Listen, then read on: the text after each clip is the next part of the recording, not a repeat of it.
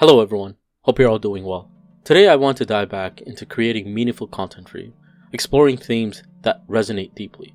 As you may know, I've been working as a therapist within the last few years, and one of the most rewarding parts of this job is how universal concepts, like masculinity, emerge during client sessions and reveal hidden truths about some of the ideas that are contentious nowadays. Masculinity is a topic these days, with discussions about its decline, resurgence, and evolving definitions. But what if true masculinity isn't just about dominance or assertiveness? But what if it's about integrating the feminine within the masculine? As a therapist, I often witness this inner struggle, a duality between masculine and feminine energies. It shows up in both men and women. Traditional masculinity emphasizes traits like strength and drive, but unbalanced. It can lead to rigidity and aggression. This brings me back to Guts, the iconic character from Berserk. He begins his journey embodying extreme masculinity, anger, dominance, and survival-driven focus. His world is shaped by pain, violence, and a psyche ruled by an unexamined masculine principle.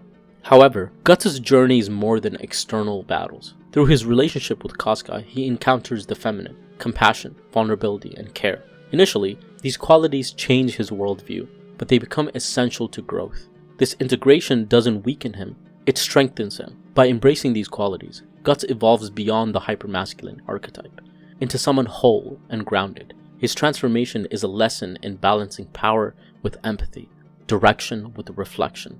This mirrors a client I worked with, a man in his 40s, estranged from his wife and isolated in his own home. He lived in his basement, his emotions dismissed, and intimacy was completely lost. Journaling was one of his few outlets, and this was shunned by his wife, and he was made fun of, leading to an attempt in suicide, which failed, and he came to see me. When he shared his story, he broke down in tears. In that moment, he let go of the stoicism he'd clung to and embraced vulnerability. Therapy became a space to process his pain and find clarity. With time, he transformed. He learned to express emotions confidently, reconnect with his wife, and redefine his role in their relationship. Like Guts, he integrated compassion and strength, balancing the masculine and feminine within himself. This is also the purpose of marriage, a union of the masculine and the feminine, which helps both the man and the woman integrate the opposites that they lack understanding of. But it is only possible through the confinement of sticking together with one's partner through the integration process. Mary Louise von Franz, a pupil of Carl Jung, explored this integration in her studies on the anima and animus, the feminine within the man and the masculine within the woman. She argued that individuation, or wholeness, requires harmony between these dualities, not only for men, but women as well. For Guts, caring for Casca symbolizes this integration. It's not a loss of masculinity, but its elevation. True strength comes from balance, combining the sword and the heart, power and care. Masculinity thrives when it embraces both the light and the shadow, action and reflection, the passive and the active principles.